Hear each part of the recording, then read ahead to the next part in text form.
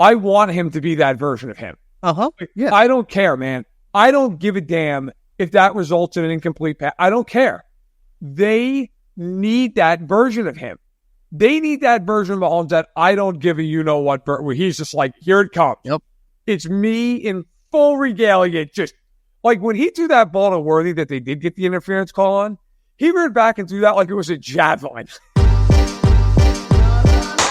Thanks for listening to KC Sports Network, proudly presented by Emprise Bank. If you're thinking about starting a business or know someone who is, check out Emprise Bank's SBA loans. It's always good to know your options, and they can be your partner in possible. Hello and welcome into That Football Show, your podcast for the NFL, the Kansas City Chiefs, and beyond here on KC Sports Network. I'm your host, Tucker Franklin, joined as always by Matt Verderame. Thank you to our sponsors, Ben Holiday Bottled and Bond Bourbon, and also Holiday Distillery, all the fine folks at Holiday Distillery. We really do appreciate all their support for the network and this show. Matt, another week in the books, Chiefs 5-0. How you feeling going into the bye week for the Kansas City Chiefs?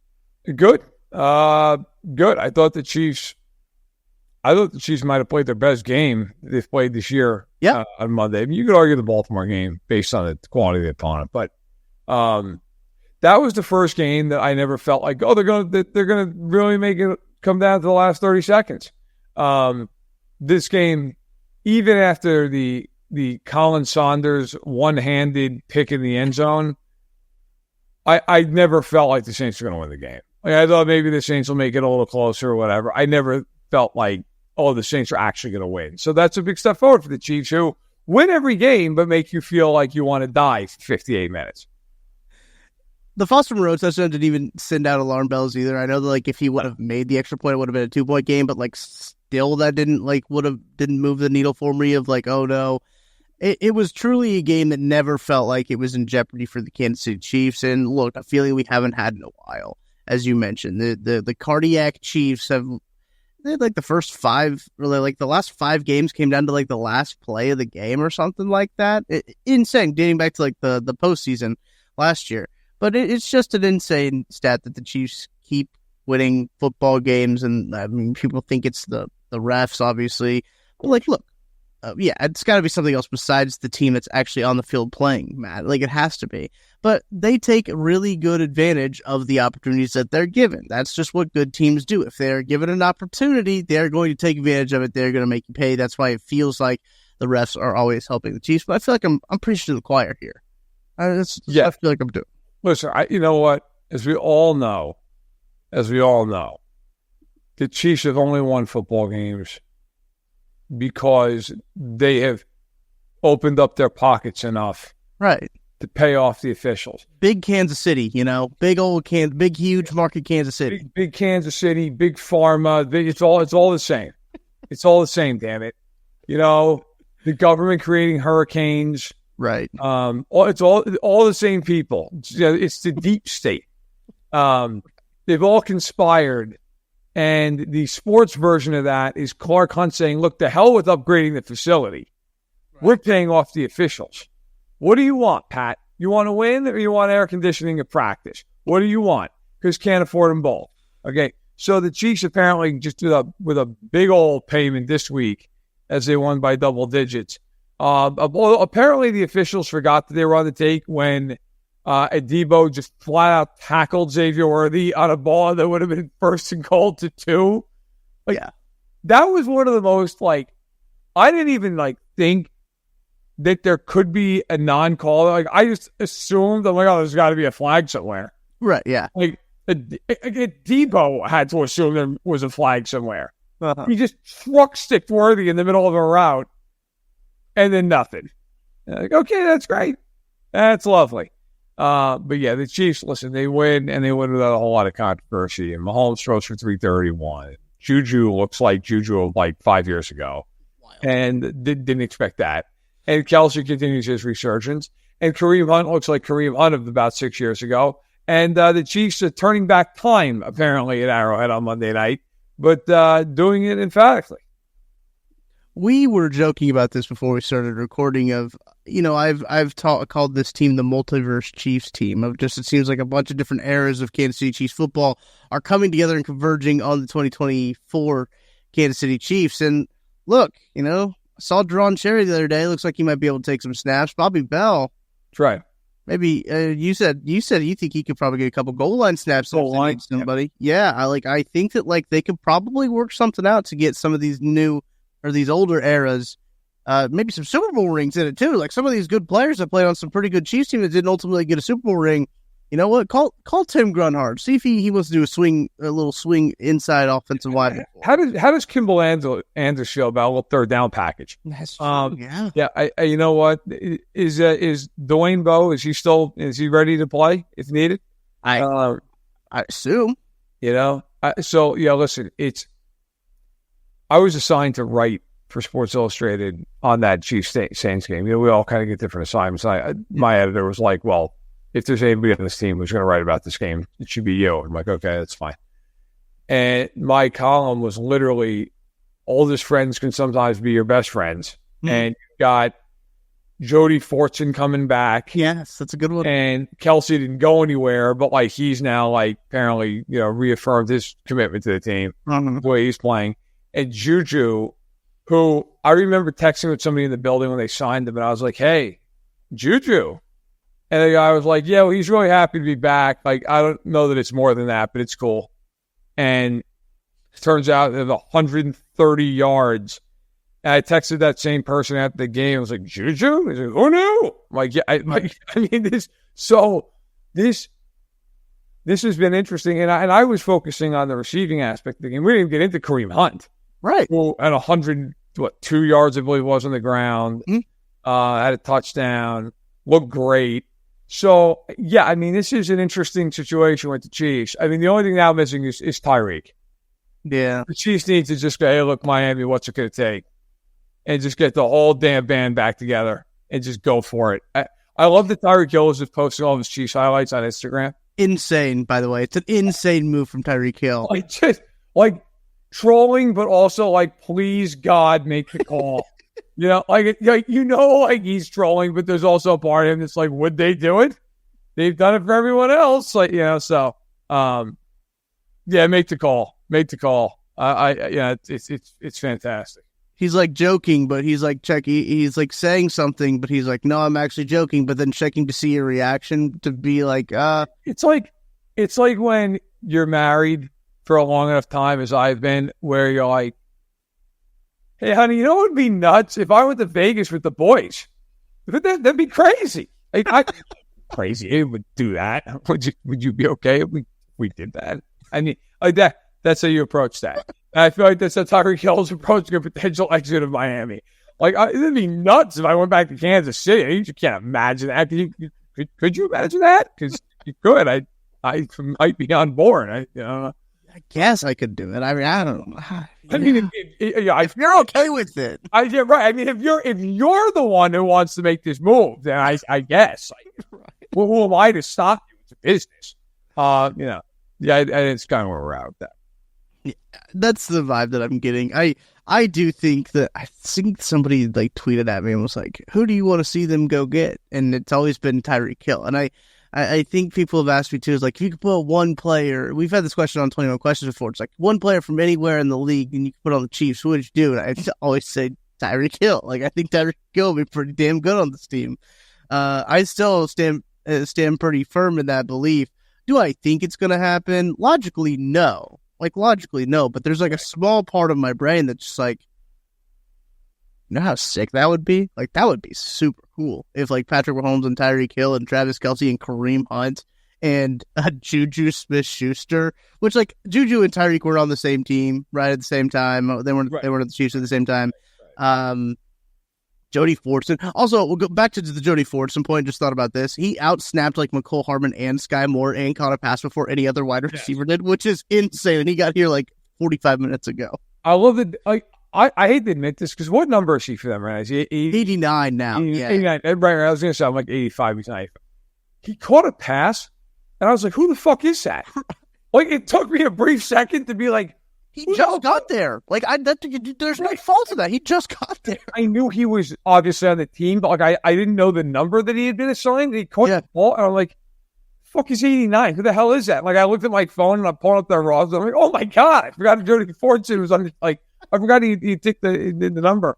I'm like, is Jonathan Baldwin back? Are they going full? Yeah, it was insane. No, I love it at this point. Like, it's funny with the Chiefs. Like, they'll just go back to the well because they're like, well, these guys have won Super Bowls. What the hell? Bring these guys back. I mean, Kareem Hunt didn't, but like, bring him back. At this point, just to balance out offense, defense, bring back Frank Clark. Yeah. I don't care if he plays one damn snap, just for the vibes. Like, Playoff run too, yeah. Like he's insane in the playoffs. He's got to break the playoff sack record. I think he's second right now. Yeah. So like we can bring him back and bring Eric Berry back for like 5 snaps a game. Just put him down in the box and let him just kill somebody on a screen pass. But yeah, in any event, no. Listen, I thought they played great.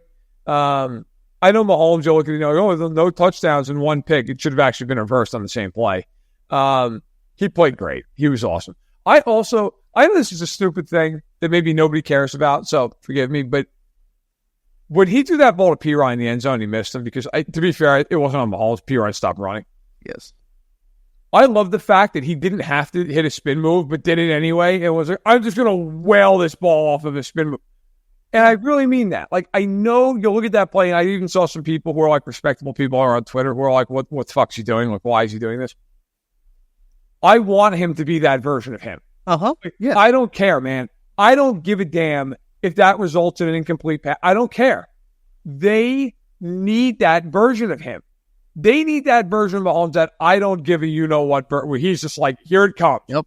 It's me in full regalia, just like when he threw that ball to Worthy that they did get the interference call on, he ran back and threw that like it was a javelin.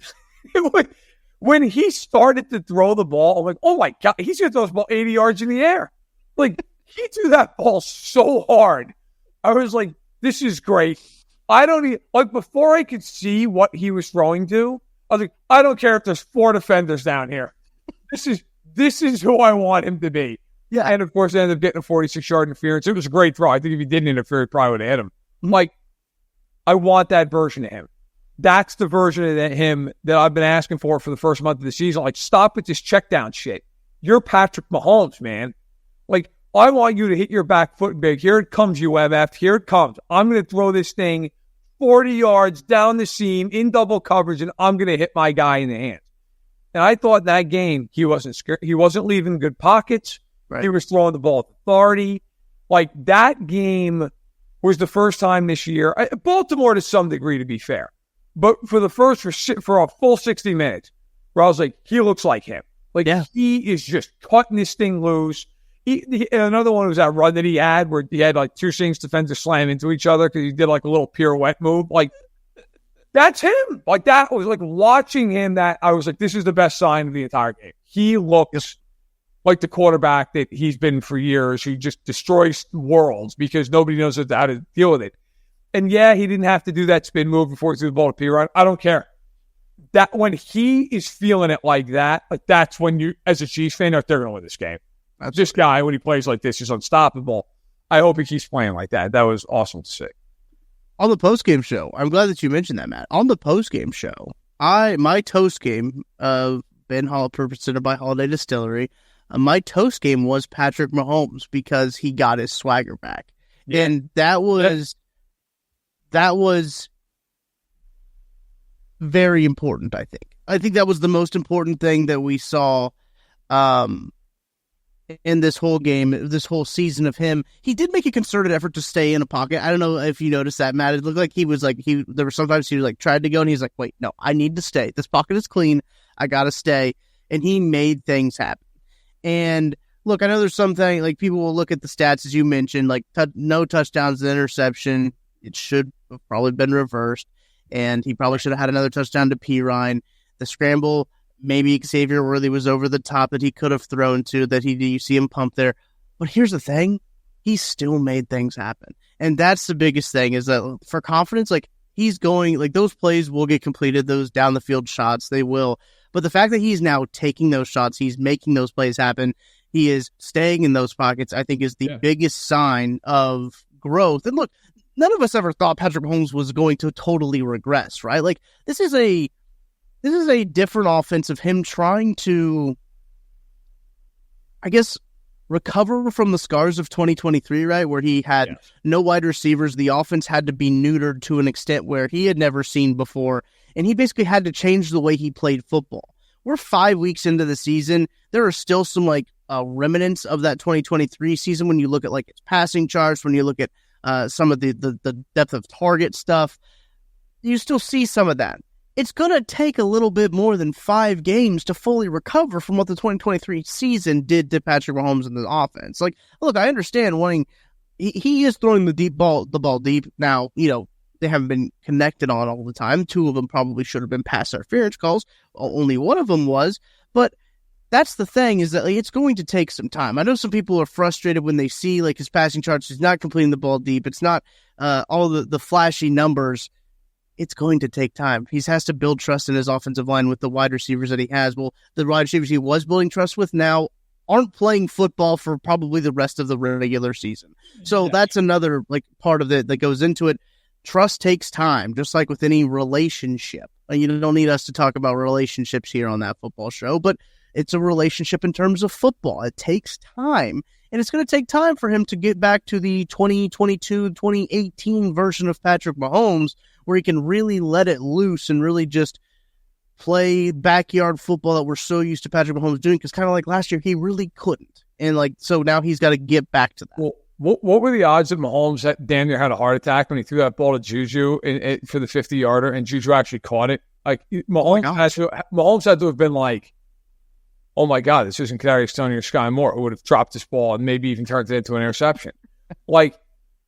He hit him, and it was just oh, got it, and then he just ran for 50 yards. 50 yards, yeah. Listen, I know that Juju Smith-Schuster's not putting up $130 a week here. Okay, if he is, they're not going to lose a game. But can Juju even have 50 yards a game? Can he do that? And that sounds it's not a lot. That's 850 yards for a season. Can he put up 50 yards in a game? Sure. Can he do that? Because if he can do that, that's a game-changing thing for them. That's a huge deal for them. Doesn't mean they don't need to go out and get another receiver. I still think they would have to. Doesn't mean, but that solves a lot of problems for you in the slot. If he can play anywhere near that level, anywhere near it, that's a game changer for them. It is. And so I'm very curious to see what the Chiefs going forward. They got the bye this week, obviously. They come out to play the Niners. The Niners are weird because on paper, you're like, oh, it's the Niners. But then if you actually look at them, they're beat to hell, man. They're missing a million guys. Oh, yeah. And the Chiefs, for whatever the reason is, they always beat them. They beat them every time they play them. And Mahomes has had huge games at times against them as well. So I'm curious to see how this continues to roll. Hardman got more involved on Monday night. They gave, he had 4 catches. Most of it was those pre-packaged type plays, but they worked. Mm-hmm. I think for the Chiefs, look, the other thing we haven't even mentioned, their defense is ridiculous. Oh, I mean, other than the one big play to Shaheed, which is a nice play, give the Saints credit. Other than that play. Yeah, absolutely. The Chiefs kicked the Saints' teeth in for the entire game. I mean, Kamara looked like me trying to run the ball in that game. And then, I obviously felt bad for the guy. Carr gets hurt late in the game because the Chiefs decided to engage 8 on 4th down. Literally brought 8 guys, and we're just we're killing him one way or the other. We're hitting him. Yeah. And I got to actually give Carr made an unbelievable throw. But Carr, it might have been the best throw he made all night long. This team does not have to score 30 points to win a game. If the Chiefs score 24 points most weeks, it's going to win. I mean, nobody can score against them. So it's highly impressive. McCole Hardman had more than double the yardage Chris Olave had in the game. Chris Olave had 10 yards receiving. So here's all you need to know about the Chiefs defense in that game. Kamara rushing yards, Olave receiving yards combined less than Juju's 50-yard reception. Juju on one snap outplayed their top 2 weapons. Yeah. It's an insane game by the defense, but they've been doing this. They've been doing this for years. So it's super impressive. They have. Their run defense, you mentioned it a little bit with Kamara there. Their run defense has been very impressive by how they've been able to play. Nick Bolton has stacked a couple of really good games right back to back. It was a very tough start to the season for Nick Bolton, but I think when you get him in the role of him just running downhill, see ball, hit ball type of defense where he's just playing the downhill run, man, he's pretty damn good at that stuff right there, and he can make a tackle with the best of them in the open field. So I've been impressed with how Nick Bolton's played the last couple of games. This defense, you're right. We're not talking about the defense a whole lot because these offenses, like, granted, I don't think the Saints executed very well. I think the Saints didn't really put up a huge fight. That's probably go hand in hand, right? The Saints didn't probably execute very well because the Chiefs' defense was being so good. It's kind of hard to talk about it, but I don't know. I wasn't very impressed with the Saints' offense at all, and that might be because of the Chiefs' defense. In terms of it might be they might play into each other a little bit there. But I do think it's one of those things where we haven't talked about the Chiefs' defense a whole lot, but look, man, I mean, this is a defensive football team. Like, this is what it comes down to. It's been a defensive football team for a year and a half now. And we're to a point where this team is winning football games because of their defense, and they have the best quarterback on the planet, and the universe on their team. That is an insane thing to think about. Yeah, they basically just hold everybody to about 17 or less, and then they're like, listen, Pat, what about like 3 plays a game? Yeah, no problem. Okay, got it covered for you. They're flawed, but they are clearly the best team. Like I mean, listen, believe me, Sports Illustrated, they paid me to watch all 32 teams, not just one. And I try to do my job. And I've watched every team in this league at least 2 to 3 times, and in a lot of cases, I've watched them, 4 to 5 games. The Chiefs have their issues. The Chiefs are absolutely the best team in football. The only team in the NFC I think could even have a shot to beat them in a meaningful game is Detroit. I think they're it. I don't think the Niners can beat them because the Niners can never beat them. And they're hurt. I agree. The AFC, I mean, I don't know. Houston, maybe. We don't have a lot of data on that game because they haven't ever played Stroud. And, I know maybe it's a hot take. I still think the Bengals are the biggest threats over the AFC. They know how to beat them. That's the thing. It's like they know how to beat them. Styles make fights sometimes in sports. And that game is just, it's one of those things where it's like a divisional game. They're just brawls. Whenever those two teams get together, it's just going to be an absolute fist fight. Yeah. They beat the Ravens every time they play them. Yeah. The Bills, in the regular season, maybe. I feel like I don't even need to see the rest of the season to know if they play the Bills in a playoff game, what it's going to look like. Right. The Bills are not going to be able to throw the ball. The Chiefs are going to man up on the receivers. The Chiefs are going to absolutely torch the crap out of Buffalo's defense like they do every single time they've got to do it. McDermott's going to panic and run a fake punt from his own 8.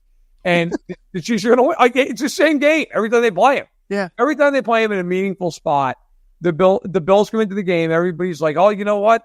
Josh Allen this and Josh Allen that, and student body left and student body right. And then the Chiefs are like, you know what? Roundhouse to the face. Here we go. And then that's it. Like every single time they play him. So, and the other thing helping the Chiefs is it's early. We'll probably do more like playoff picture stuff way down the line. And so they have a 2-game or more lead on everybody in the conference except for Houston. Yeah. I mean, everybody in the conference.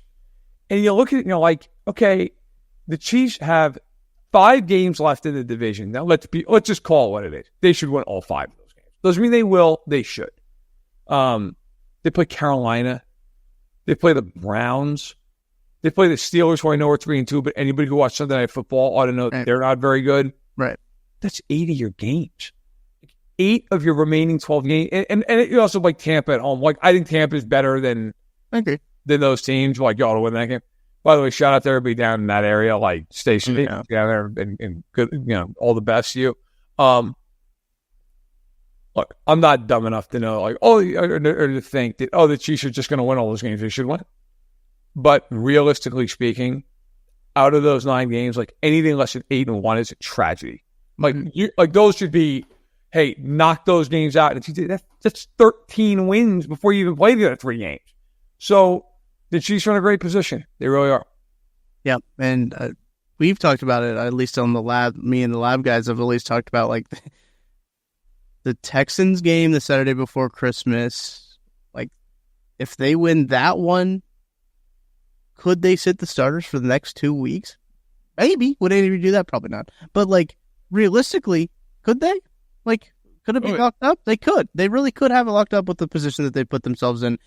And that's exciting. Well, another exciting thing is Benny's Picks presented by Underdog. We'll have those coming up right after this break. And look, after Benny's Picks, we got some teams to put to rest. So stick around for that. We'll talk to you guys on the other side. Shop Chiefs tickets and more with no fees. Plus, save big with code KCSN at ticketsforless.com, the official ticket provider of KC Sports Network. You know when you discover a new binge-worthy show or a song that you bump on repeat and you have to share it with your friends so they can experience just how awesome it is? That's kind of what it feels like when you discover Mint Mobile offers premium wireless for $15 a month when you purchase a 3-month plan. That's such an awesome deal. There's no way you can keep it to yourself. Friends don't let friends overpay for wireless. Say bye-bye to your overpriced wireless plan and switch to Mint Mobile. Mint Mobile is here to rescue you and your squad with premium wireless plans starting at $15 a month. All plans come with high-speed data and unlimited talk and text delivered on the nation's largest 5G network. Use your own phone with any Mint Mobile plan and bring your phone number along with all of your existing contacts. Ditch overpriced wireless with Mint Mobile's deal and get 3 months of premium wireless service for $15 a month. To get this new customer offer and your new 3-month premium wireless plan for just $15 a month, go to mintmobile.com/KCSNTFS. That's mintmobile.com/KCSNTFS. Cut your wireless bill to $15 a month at mintmobile.com/KCSNTFS. $45 upfront payment required, equivalent to $15 a month. New customers on first 3-month plan only. Speed slower above 40 gigabytes on unlimited plan. Additional taxes, fees, and restrictions apply. See Mint Mobile for details. Benny, appreciate you hopping on here, joining us on That Football Show, getting your picks presented by Underdog. How you doing, Benny? I'm well, fellas. Sorry I missed you last week. Had the start of the Jewish New Year, so L'Shana Tova to all who observe. Hope you had your fair dose of apples, honey, and yet another Chiefs win. And we had some wins for the picks, too. I know that we went 2-1 last week, so let's keep it going. Love it, Matt. I know it was just you and I last week when we did the picks, but look, when we were talking about them, felt good off the hand. I know I didn't come up with the picks, and I just had Benny's reasoning there, but I think both you and I kind of agreed that like those picks did feel good off the hand. Yeah. We pretty much fell in line, for better or worse. So we were on board. Yeah, see, this is new for me because for years before my KCSN days, when Verderame and I were working together during the fan side and minute media years, we had a thing where if Verderame and I were in agreement on something, we immediately had red flags go up. We're like, oh no, we don't know if we should be aligned here. But I think the tide has turned, so to speak. It's true. Seems like it. Love to see it, but Chiefs do have a bye week, obviously, but there's still NFL action going on. You can get in on Underdog. Go check them out. Use that code KCSN. You can get all kinds of goodies when you use that promo code KCSN. Benny, what do you have cooked up for us this week? Let's start at the running back position for the early game this week between the 49ers and the Seahawks.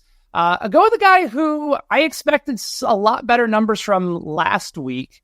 Really expected better numbers from the entire team. That's Kenneth Walker, Seattle Seahawks. I'm going for higher than 85.5 rushing and receiving yards, so total yards, at home against San Francisco this week. This is a number that actually started a bit lower. It's 79.5 midway through the week and has already gone up, but I still think the value is good on this number. I be perfectly honest, I think what I'm anticipating for this game is a bit more of a shootout, despite two defenses that I think we all expected to be pretty solid at the beginning of the year, and certainly Seattle has started to see their defense wane a little bit with Mike McDonald after these really good start in these first 3 weeks.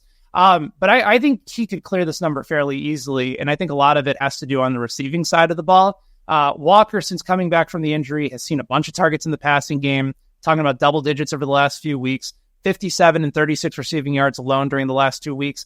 But I do think it's in Seattle's best interest to use him more in the running game. And I think that's where they ran into trouble against the Giants last week. The running game wasn't consistent. They didn't go to it enough. Geno found himself dealing with a bit more pressure than he anticipated. And I think they like running and then incorporating play action. With Walker, you have the ability to do both and both effectively. So I think there's going to be more of an emphasis on the run game tonight, but also knowing that they're a home dog, they could see themselves in a fourth quarter situation throwing. And I think Walker is the beneficiary of both. Yeah. I mean, that makes a lot of sense. Look, I mean, San Francisco's pretty desperate in this game. Not to say the Seahawks aren't, but San Francisco's better than Seattle. So I think you're probably right in the sense that they probably will have to throw the ball. And, you know, Funga's also out now. He's on IR for the Niners, so maybe you can go in with a little bit more of a pass-heavy idea of what you're going to do if you're Seattle.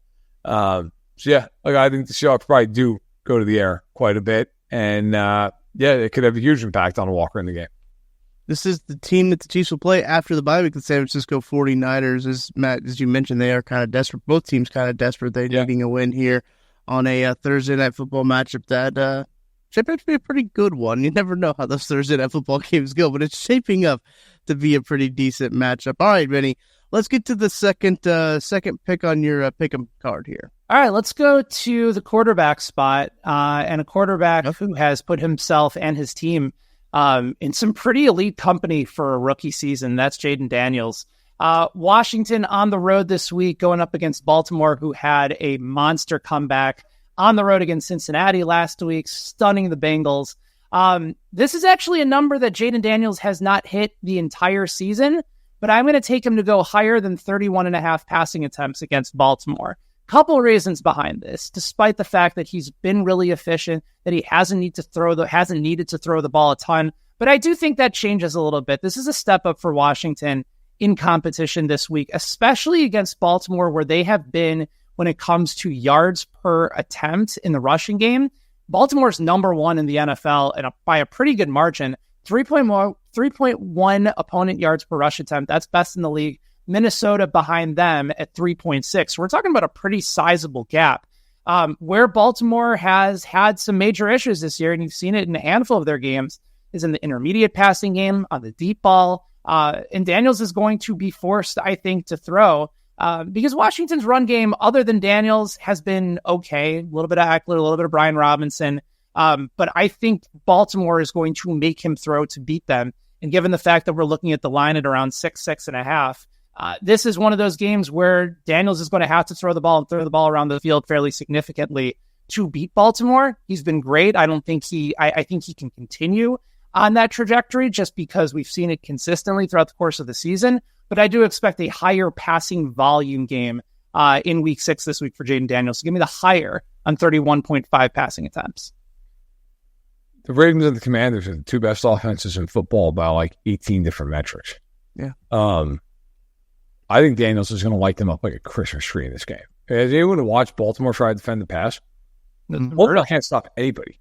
Like, that's kind of the dirty secret about the Ravens right now. Mahomes lit them up. Burrow killed them. Like, I know the Bengals lost the game. The Bengals never should have lost that football game. Gardner Minshew, who just got benched for Aiden O'Connell, lit up the Ravens. Everybody's lighting up the Ravens. Dak did it. The only guy, ironically, who didn't really do it was Josh Allen. He's it. Yeah. Like, everybody else has torched them. This is going to be a very high-scoring game.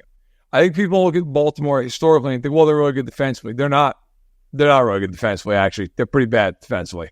And I think this is going to be a game that is going to be something like 31-28, 34-31. So, yeah, I think it's going to be a lot of passing yardage, a lot of attempts.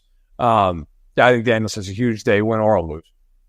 It was a game for me that was, I kind of had my eyes on the Sunday when the Chiefs were playing, I was watching the Commanders. I wanted to see what Jaden Daniels was doing. He's been electric this year. Took a gamble on him in my Dynasty League. As I said, it was a 2-quarterback league, and I said, I need that second quarterback. I'm going to take a gamble, traded up to the second pick in the draft. Took Jaden Daniels, traded for Terry McLaurin. I felt like a real GM after I pulled that one off. It's as I got the stack there. But Benny, let's wrap it up here. What's the last pick you got for us? All right, let's go back to the quarterback spot and go with the team that has been a bit disappointing through their first 4 games, but coming off a bye. Jalen Hurts of the Philadelphia Eagles. They are at home. This feels like the most get-right of all get-right spots, going up against just an absolutely deflated Cleveland Browns team that has no life right now on offense. The defense, which was supposed to be probably a top 5 unit in the NFL, has looked nowhere near that level. And for the Eagles, they're likely getting 2 of their best wide receivers back in A.J. Brown and Devontae Smith. Both of them practiced this week, according to the latest injury and practice reports. So I'm going to go higher than 36.5 yards for the longest completion for Jalen Hurts. Saquon Barkley has basically kept this offense going despite a lot of ups and downs. Obviously, there was that costly drop where they went for it on 4th down, turned the ball over a few weeks ago. But knowing that they're getting their 2 elite outside weapons back in the passing game, knowing that Barkley remains as big of a threat in the running game as there is in the NFL, to then open up play action, take some deep shots down the field. We've also seen the emergence of Dallas Goedert over their last few games as well. Hurts has a really nice touch on his deep ball. And Cleveland is also one of those teams that, despite pretty talented corners in their secondary, they just haven't been able to stop anybody consistently. So I like Hurts to be able to get play action going, take some deep shots, knowing that he has an elite 50-50 ball catcher in A.J. Brown and someone with the speed and versatility of Devontae Smith. There's going to be some deep shots in this game, and I think Hurts is the beneficiary of that as well. Well, that's valid. The Browns suck. So any bet the Browns suck, I'm on board with. They're terrible. And I don't know what the over or the higher or lower is for Deshaun Watson. Doesn't matter. Take the lower. He stinks. And it's funny, too, Verderame, because, like, of all the things with Watson, you always felt like there would be an opportunity for him to at least connect on one deep ball a game. No. All those times I think about it, like Will Fuller, not even like DeAndre Hopkins during his Houston days, but Will Fuller always had like that one 50-yard catch, and maybe that would be it for the day. It just hasn't translated in Cleveland. Wide receivers are open. He's missing them left and right. Guys aren't on the same page. It's a disaster. And I'm wondering when we'll start to see the changing of the guard, despite all that money that they still owe him. Yeah, no, it doesn't. I mean, it doesn't matter. Like he literally plays football, like he forgot to care about it. You just watch the games, and there's nobody who's less interested in playing football. Yeah. Goes out, takes 7 sacks, dumps it off on 3rd and 8, 3-yard gain, walks off the field. Yeah, that's fine. Yeah, it's not great. No, I'm going to save the stat for later on in the show, but I think this is a good time to bring it up. I saw this on Twitter. I apologize. I can't remember who did it off the top of my head, who tweeted out the stats that Deshaun Watson now has more settled cases than touchdown passes in Cleveland. So that's great. That's a really great spot to be in if you are paying a quarterback that much money, where he has more settled. That's incredible. Than touchdown passes.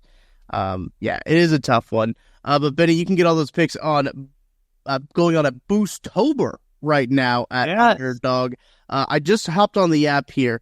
31% profit boost right now going on until, well, it looks like you got about 9 hours from when we're recording this to get in on that 31% profit boost. And you can also get a red zone rush, a 10% profit boost on touchdowns as well going on at Underdog Fantasy. Looking at here, looks like there's a new customer free pick of Brock Purdy tonight on Thursday Night Football. If you want to get that Brock Purdy free pick and Joe Burrow for the rest of the week, and you can use that code KCSN at sign up. You can get a free pick plus your first time deposit offer of up to $1,000 in bonus cash. Benny, appreciate you hopping on.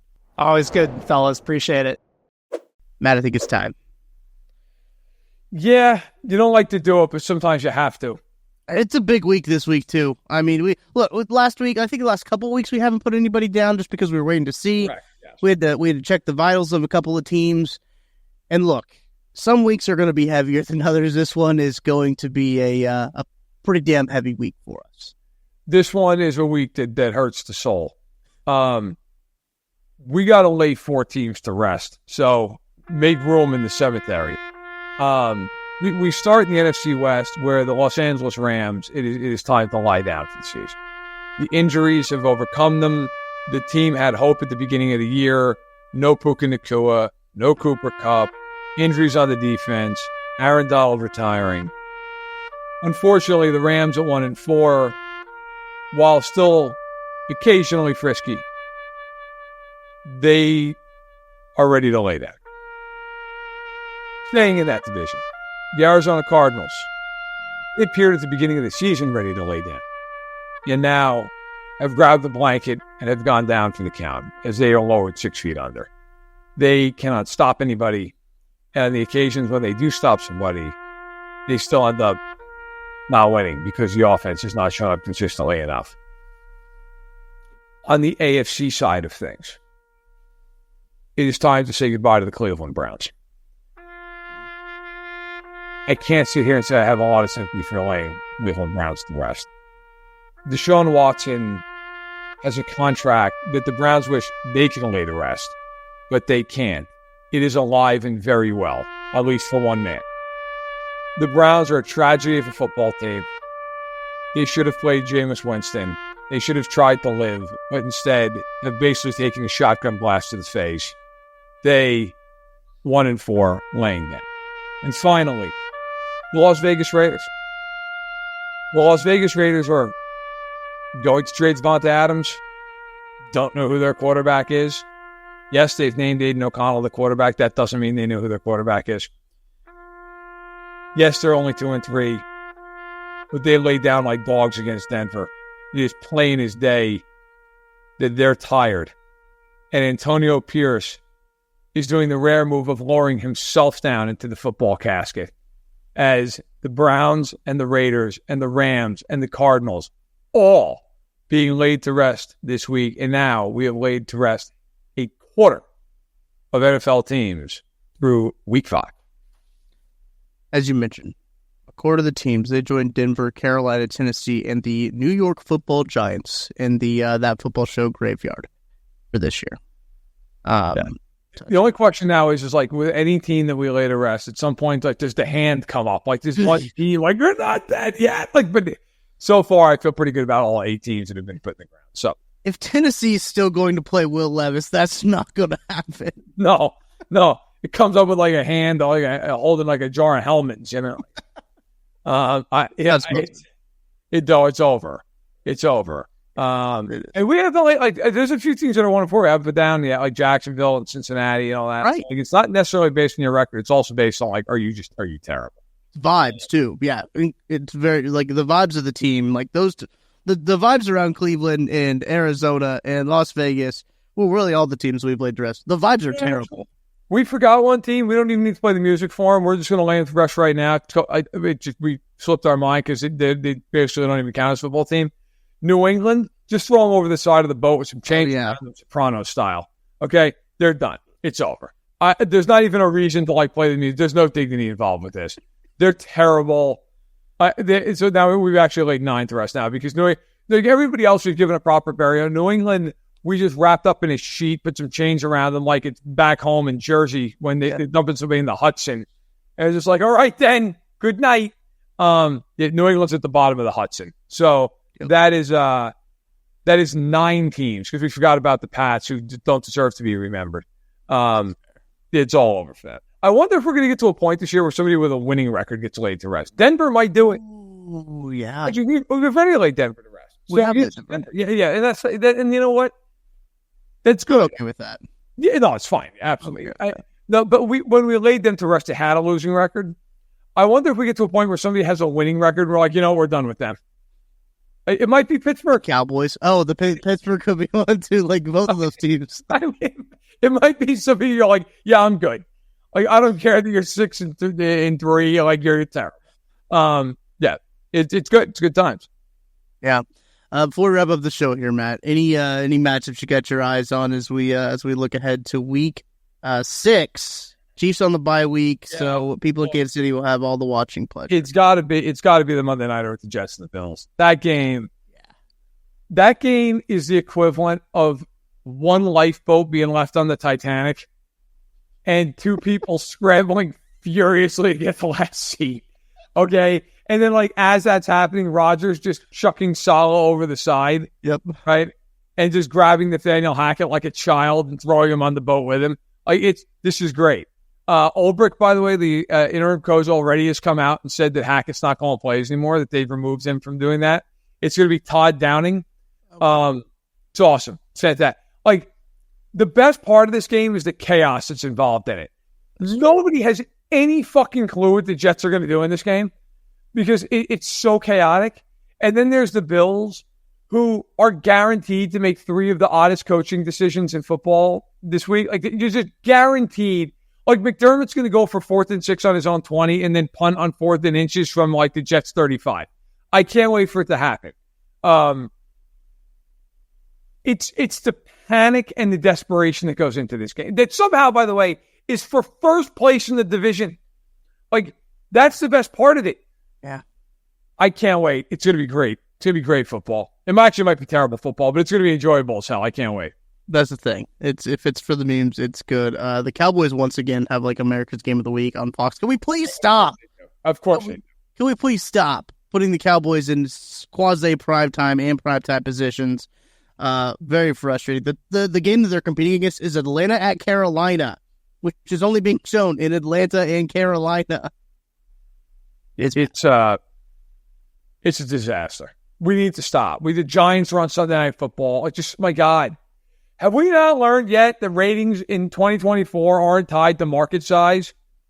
Yeah. Has anyone learned? Like, if you played the Chiefs and the Packers on Sunday Night Football, you think, like, nobody's going to watch? Like, why? Like, did you, or the Bengals and the Bills, like, when nobody's going to tune in, they'll be like, fuck that, because, the Giants aren't involved. Right.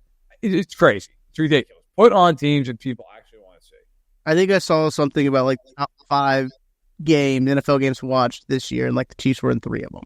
So, like, gotta go what that says. But, Matt, I think it's going to do it for this week's edition of That Football Show. Appreciate you hopping on and talking some ball. We appreciate our sponsors, Holiday Distillery and Ben Holiday Bottled and Bomb Bourbon, Underdog. We go check them out. Use that promo code KCSN. We'll be back next week after the week that was in the NFL. Talk about the Chiefs' upcoming matchup against the Niners and obviously what happened to the National Football League. So for myself, Tucker Franklin, and Matt Verderame, we'll see you next time.